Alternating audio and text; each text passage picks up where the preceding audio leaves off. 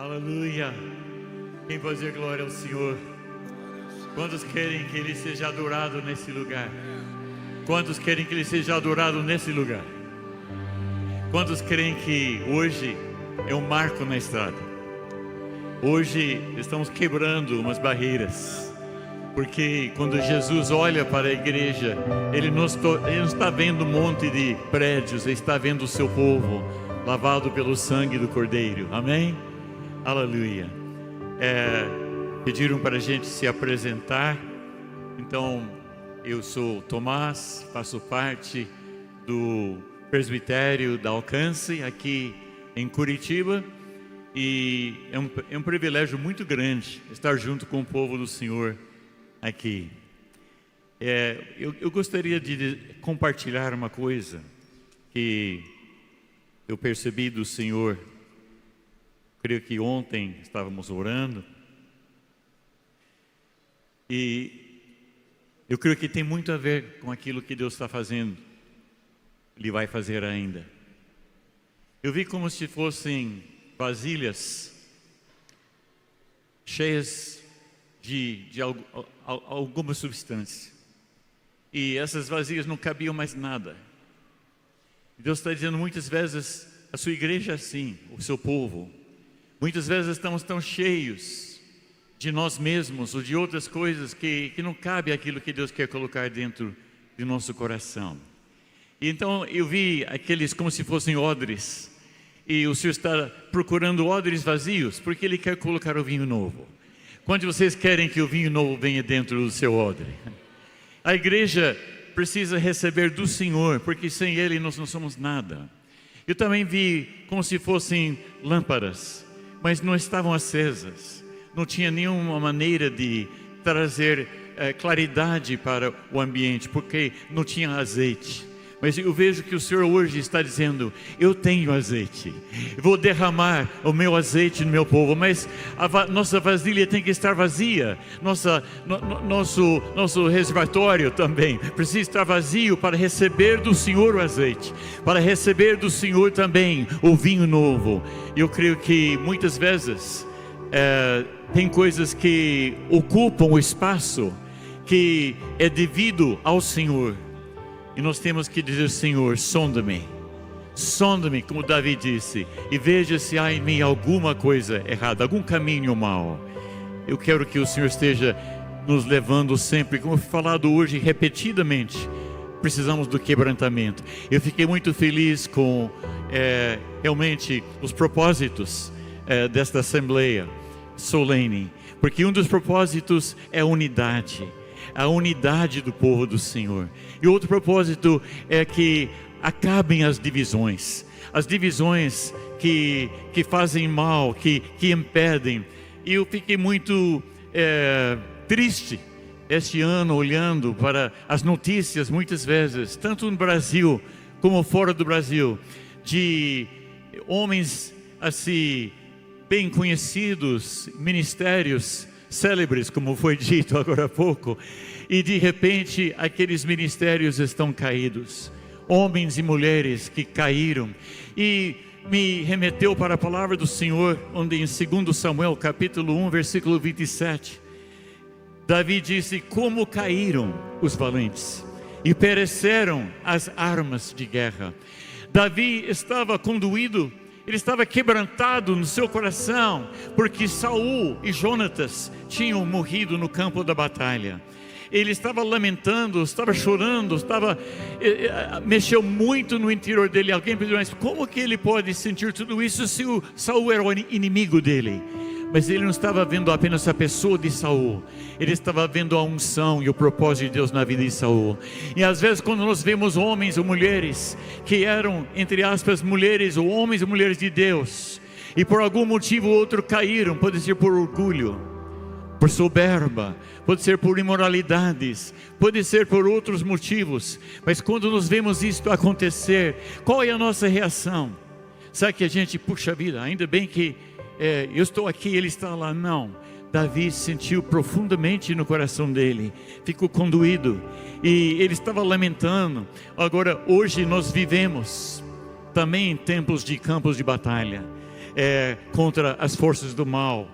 E lamentavelmente muitos homens de Deus têm permitido brechas em sua armadura, e muitos têm caído, e creio que vão cair mais outros. Mas eu vejo Davi em outro momento, quando Saul e seus homens estavam querendo prender Davi, e ele entrou. Davi tinha entrado por um tipo de um vale, que tinha um monte bem no meio, estava cercado de montanhas, tinha uma só entrada, uma só saída. E Saul ficou sabendo que ele estava lá dentro, e Saul veio com todo o seu exército, só que ele estava do outro lado daquele morro, e começou a cercar aquele morro. Faltou pouco para Davi ser eliminado, e todos os seus homens.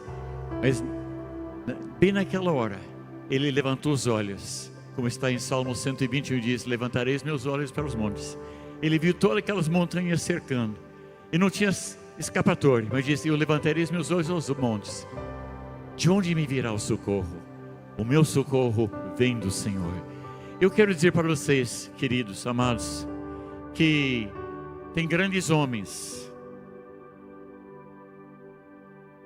e às vezes representam montanhas ao nosso redor, mas acima de tudo, todos esses grandes, existe alguém maior. Existe alguém que está no trono. Existe alguém que merece todo o nosso louvor e adoração. E Davi disse: levantarei os meus olhos aos montes, mas acima dos montes está o meu socorro. O meu socorro está em nome do Senhor. Eu gostaria de convidar a igreja que está representada aqui nesta manhã, para que a gente sondasse nosso próprio coração e tirássemos os olhos das pessoas, das figuras eminentes que muitas vezes têm caído. No caso de Saul, foi o orgulho, ciúmes, a popularidade, a feitiçaria até. Jonatas também caiu, mas acho que porque estava perto do pai.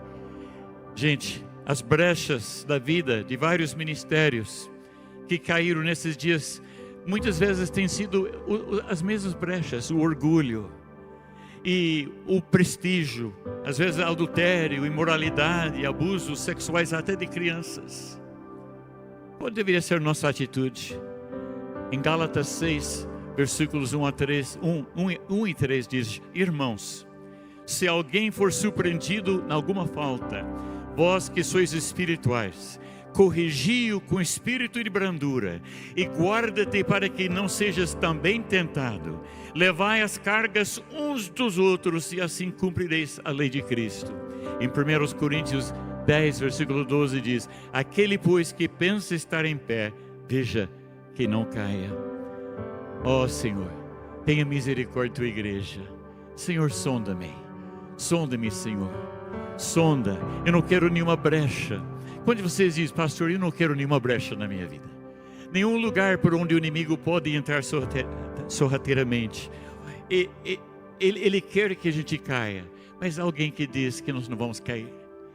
O Senhor diz que Ele vai nos guardar, Ele vai nos sustentar. Ele diz que nos pega pela nossa mão direita e diz: coragem, seja forte.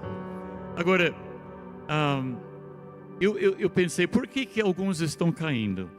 Entre outras coisas, já falamos do orgulho, da soberba, mas às vezes é falta de cobertura. Tem muitos que estão por aí, que não tem ninguém por cima deles, e ninguém onde eles podem prestar contas.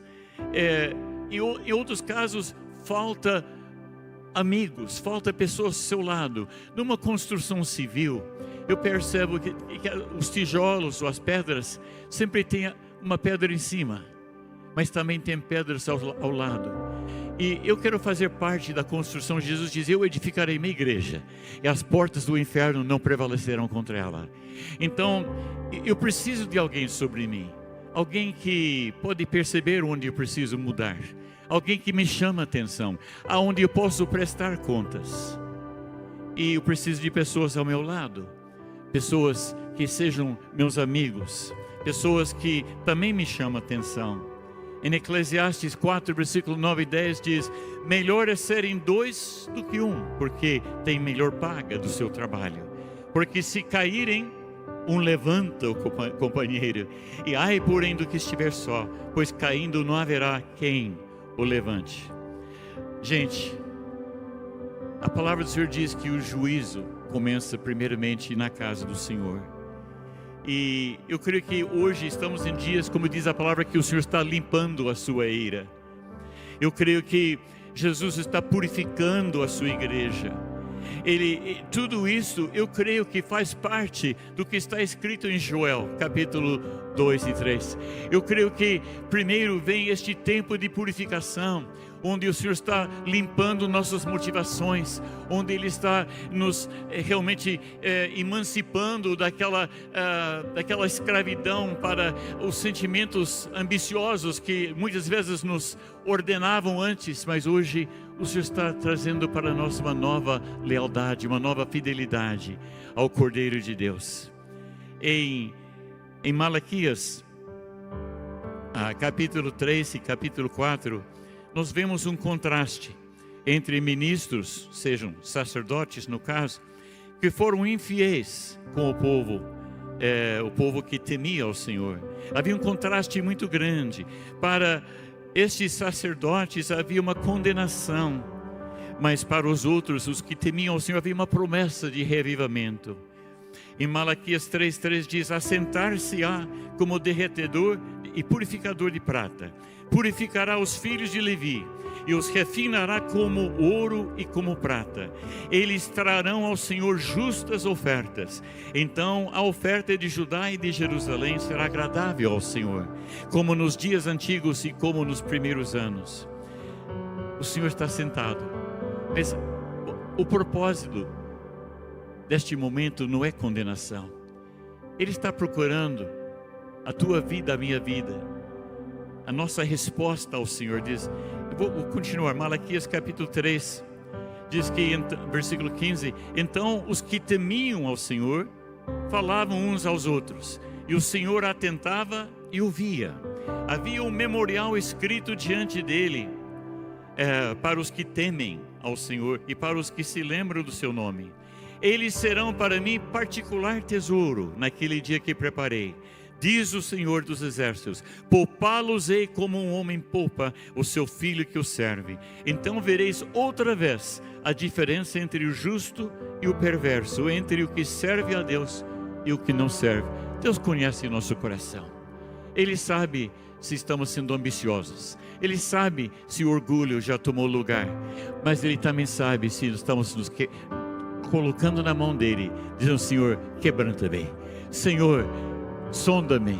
Senhor, eu não quero ter nada em mim, Senhor, que possa me tirar do teu propósito. Eu não sei se alguns de vocês já moraram em casa que não tivesse água encanada, né? Água da rua, vamos dizer. Mas já morei muitos anos no norte do Paraná, onde a água era de poço. E eu me lembro que uma vez por ano, pelo menos, eu tinha que descer lá naquele poço e consertar a bomba e limpar o poço. E então, às vezes achava muita coisa lá que não devia estar lá. Alguns inquilinos não desejados que caíram lá dentro. E tive que fazer uma limpeza. Mas depois colocar cal, umas pedras de cal. Eu estou falando isso por quê? Porque aquela água voltava a ser muito boa, cristalina, água doce. Mas se deixasse aquele material indesejado, não prestaria. Deus está olhando para o teu coração. Ele está olhando para o meu coração.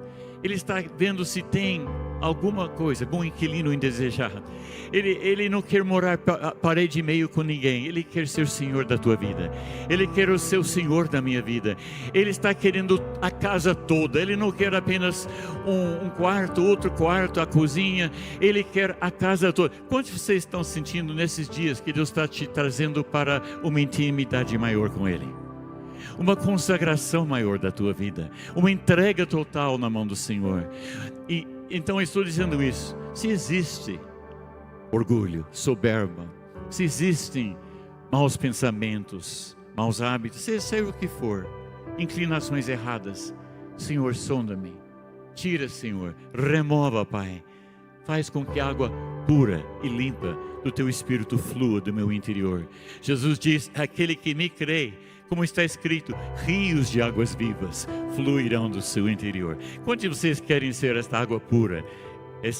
Amém. Então, aqui diz que o Senhor presta atenção. Ele está vendo a diferença. Diz que ele vê a diferença entre o que serve a Deus e o que não serve. Hoje, nós queremos fazer parte deste povo que teme e que honra ao Senhor. Como Daniel, como Joel, na palavra do Senhor, nós queremos fazer igual, interceder, como Neemias, nós queremos interceder, nos colocar. Quando eu vejo um irmão de renome, de repente cai, eu posso julgá-lo, criticá-lo, e posso dizer: Senhor, se não for pela tua graça, estaria eu aí. Senhor, se não for pela tua graça, eu também estaria caído naquele lugar. Senhor, de fato eu estou caído ali, porque aquele irmão faz parte de mim. Aquela irmã, aquele irmão que caíram pelo orgulho, pelo dinheiro, pela imoralidade que seja, faz parte de mim, eu faço parte dele. O que devo fazer? Como Joel, como Daniel, como Neemias. E o Senhor, perdoa, Senhor, o meu pecado e o pecado deles. Senhor, eu me identifico com aquele pessoal. Então nós temos esta opção diante de nós, de interceder e nos arrependermos pelos valentes que caíram, e orar para que outros não caiam. Queremos hoje estar clamando, como estamos fazendo, clamar pela santidade, clamar por reavivamento. Eu gosto muito de Apocalipse 12, versículo 11, onde diz: eles o venceram por causa do sangue do Cordeiro e por causa da palavra do testemunho que deram, e mesmo diante da morte não amaram a própria vida. Eu creio que está sendo focado devidamente hoje em todas as partes desta programação, está sendo enfocado o Cordeiro de Deus. Ele é o nosso alvo, Ele é o nosso objetivo. Estamos olhando para Ele. Então diz que eles venceram pelo sangue do Cordeiro. Eu louvo ao Senhor, porque eu sinto que Ele está limpando a minha vida, purificando o meu coração. Mas hoje eu gostaria que nós intercedêssemos por aquelas pessoas que não ficaram em pé, aquelas pessoas que levaram uma rasteira do inimigo, que por causa daqueles motivos que eu citei, orgulho, imoralidade, que seja, caíram. E ao invés de esquecê-los, vamos deixá-los de lado, não, vamos hoje lembrá-los. Senhor, tenha misericórdia.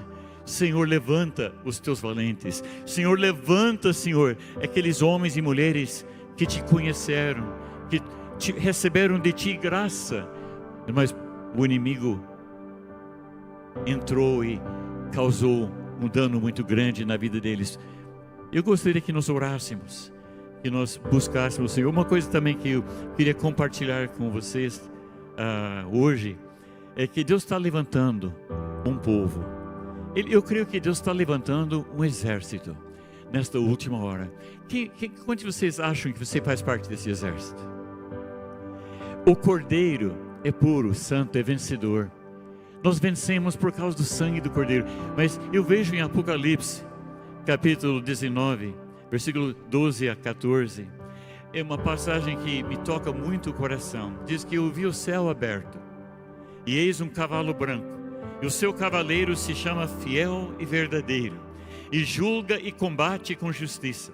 Os seus olhos são como chama de fogo, na cabeça dele há muitos diademas, e tem um nome escrito que ninguém conhece, a não ser ele mesmo.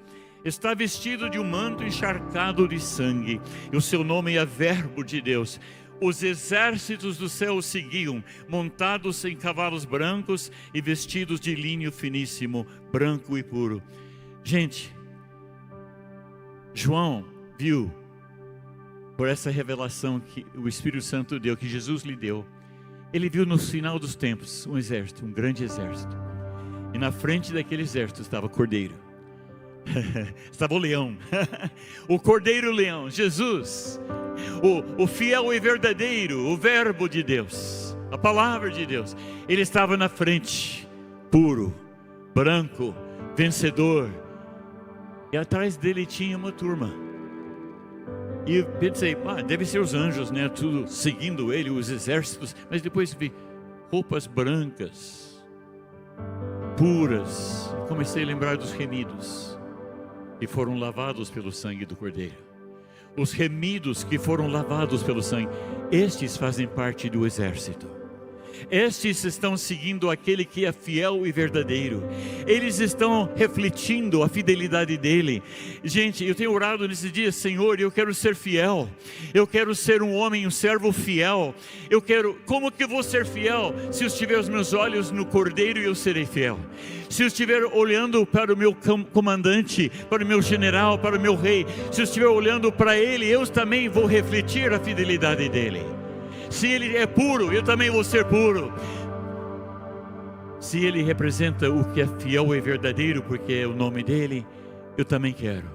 Eu quero saber de vocês, quantos de vocês hoje dizem, pastor, eu quero fazer parte desse exército, daqueles que refletem a fidelidade do Senhor. Gente, quero voltar à primeira coisa que eu compartilhei. Eu sinto muito forte que Deus está dizendo que não está procurando vasilhas cheias. Ele não está procurando vasilhas cheio de si, cheio disto, cheio daquilo. Ele está procurando vasilhas vazias. E como Eliseu disse para a viúva, e não poucas. Vasilhas vazias, onde Ele quer entornar a sua graça.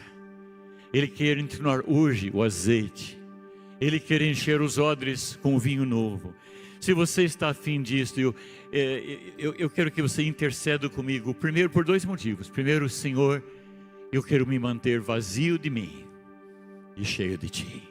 Senhor, eu quero me manter quebrantado, para que o Senhor possa depois fazer o que o Senhor deseja na minha vida.